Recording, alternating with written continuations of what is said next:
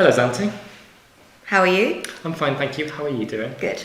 Welcome to our podcast. We're going to be talking about the typology, the mise en scène, the camera work, and the editing in indie pop music videos. Ooh. Exciting stuff, right?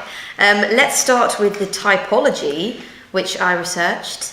Right, the codes and conventions of the typology. There are three different types of music videos. You have conceptual, narrative, and performance. Conceptual videos are sort of quite weird. They don't really have a storyline that they follow. I thought when I first started analysing things, I thought it would be quite common in indie pop. Yeah. I was some of it is. As examples, some of Ellie Goulding's stuff that I analyse is a bit conceptual. I think a lot of it's mainly performance-based. Do you agree, or do you think a lot of it can be narrative-based I think as well? conceptual and performance goes quite well together. Yeah. Yeah, of Monsters and Men, I think we both analysed that. Yeah, That's really conceptual. It was quite narrative as well. It was like a story, wasn't there? So I don't agree. I think it was more conceptual. I didn't really understand. There was a story because on. it was supposed to be based off of an Icelandic myth and legend apparently. I can't remember what it was exactly, but that was a bit of a narrative there. He's really done his research, right? Moving on, narrative. As examples, I have Scouting for Girls. They have a music video called "This Ain't a Love Song, This Is Goodbye." I've not seen that one. It's really good, and that is the only one actually that I found that has a clear narrative. It's about like people coming home from airports and they hug each other, and that was the only one I found with like a clear narrative, and I analysed about 20 of them. There's quite a few performance-based ones, especially by male artists and by bands. They have quite a few, like Arctic Monkeys. They just sort of stand there and do their performance thing. See, that surprised me quite a lot because it's quite common for the male performers not to be shown, particularly if they're in a band. So I thought That surprised me quite a bit. I thought because it's indie pop and you want the instruments quite present, I thought there'd be quite a few performance. I suppose so, yeah. Yeah, right, moving on. Andrew Goodwin, who's a theorist, came up with 5 aspects of music videos. He has visualising the sound, which I think Lana Del Rey did well in her music video of Young and Beautiful. Had a huge orchestra with all these violins, you could really like see the noise. Then performance and narrative, we already talked about that. The star image, I think Lana Del Rey does that as well, because she has like this 30s thing going on, 20s, 30s with the curved hair and the lipstick. Very American, isn't she? Like those Very 1920 American movie stars or performers, a bit like, well, not like Marilyn Monroe. Yeah, exactly. And it was Young and Beautiful was a movie soundtrack for The Great Gatsby, which was in the 20s in America. Yeah. Right, Andrew Goodwin also has relation to visuals in the song. We also both analysed Band of Horses, The Funeral. Yeah, I thought that was had a bit of a narrative to it, but it wasn't very clear, I thought. I thought a lot of stuff was quite implied. conceptual. A lot of stuff was implied, but it wasn't fully clear. I mean, like, we see an apparition of his dog in his drink, so we're assuming that his dog has passed away. And then he dies. But we don't actually see his death, it's just implied. Yeah, but it is relation to the lyrics of the visuals. Yeah. And then I think I think if we use camera work can be used to create like a little bit of a narrative as well. Yeah. Because that's what they use. Well, the camera work, the editing, it just created a narrative. We'll get there in a minute, right? And the last one is the technical aspects of everything that's going on. I think Sia had a really, really beautiful music video. It's called Soon Will Be Found. And she does loads of she's signing, like in American Sign Language, all the lyrics to her song, and it's amazing. Really cool. But they have loads of technical things going on. They have loads of neon hands everywhere and in the dark. And of Monsters and Men, that was very technical what they did. Yeah, that was quite a high budget music video. I thought that was, and it was very unique in its own way. But at the same time, I thought it was quite creepy. I didn't really enjoy it. I didn't think it was a very good representation of what the song was about. In all honesty, I think as it was their first music video and they were an unknown band, they should have done something that portrayed their band image more. But then again, I think apparently the song was based off of this story of some sort as well. I don't know, I can't really remember that clearly, but if that's the case, then I think that's what the video is trying to represent. Right. Well, moving on. Do you want to do camera work now? Camera work. Now, the camera work is very consistent in the indie pop music videos I found, personally, particularly with the establishing shots and the close-ups, particularly for female artists, as these tend to be the focus. As for male artists, if they are featured in the video, a lot of the time there's a lot of panning in between each act who's performing. Semi-close-ups are used as well, but establishing shots are very important as they are used to establish the entire scene, and this is very, very important for an indie pop music video as well, as they like to get in the scenery where it's going to be set, so they want to make it very clear.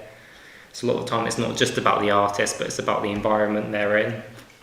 and it's often consistent throughout the music video. I mean, like if you compare it to just like a pop video, a lot of it just changes, chops and changes. But for an indie pop music video, that's not the case. It's very consistent. So it might be set in like one location or a location that's very similar. The tones will be very similar, which brings me to editing as well, because the editing color correction I found was an editing technique which was used to bring out certain tones and emphasis, particularly with the Ellie Goulding one, as a lot of it was in the figure 8 one.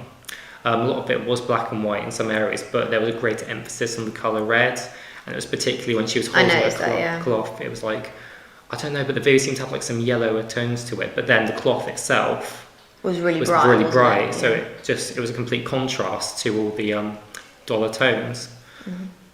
Cool. Well, I did the mise en scène. And there's loads of categories in mise en scène. First I looked at the lighting, and I found that most of the lighting is high key. I looked at Lenka, the show, that's really high key. Florence and the Machine, Shake It Out, there's bursts of high key lighting because they're in like some sort of ball thing. So it's a low hue, like a warm hue, but it is still high key. The costumes are usually with male artists and with bands. They're not really the main focus of anything. I mean, Passenger and Arctic Monkeys and Foster the People, they literally just wore jeans and a shirt or whatever. But then you have female artists. I think there's like very different categories in indie pop. You have female artists and male artists and bands. And the female artists, their clothing tends to be more complex, doesn't it? Yeah, definitely. Female artists, I think, pay way more attention to what they're wearing. Lana Del Rey had this long dress on. Ellie Goulding was wearing this weird red thing. Remember that? That was weird. Lenka had like pretty little dresses on. What was that of Monsters and Men one?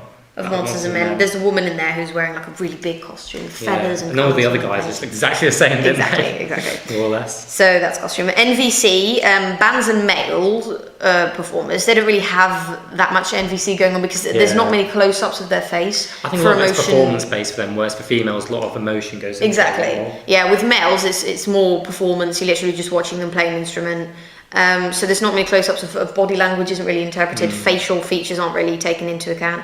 And with females, it's much more prominent and much more emotive, like with the Sia music video, even though they were focusing on their hands, because it sort of represented deaf people. That's what the music video was about. So it was way more about body language and facial expressions, and Ellie Goulding has a lot of that going on. Much more acting. I think female artists are good actors. Props, right. With males and bands, again, I'm splitting into categories. With males and bands, there's a lot more instruments going on, especially obviously if it's a great emphasis on like the strings as well. I think like people with guitars, loads basses, of all close-ups. that sort of stuff. Yeah, I think it's the rawness of indie pop comes back to talent, and they sort of want to strip all the poppy stuff that's been going on around it. They want to get the idea of the music being created out there as well, rather than just the performance. Exactly, yeah. Which is instruments big with males and bands who I think stick to the core of indie pop more. They've got females who sort of go to the they're like the frontline people, aren't they? The females, I think. They're like the frontline always. People. They represent that whole image as well as perform the song. They have loads of props, usually related to the sort of star image that they have. Ellie Goulding's really quite spiritual, and so she has like cloths and flowers and things like that, and then Lenka, who's more fun and funky. Yeah, very quirky. Yeah, and then I did find that Lana Del Rey in the music video I analysed, usually she has all sorts of stuff going on, tigers and whatnot.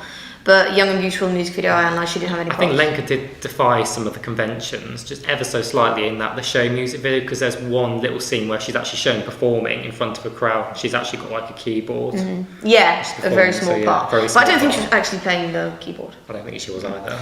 And then the last one... it defies the convention slightly. Yeah, that's true. The last one is the location. Bands and males seem to have very, very naturalistic live performance kind of settings.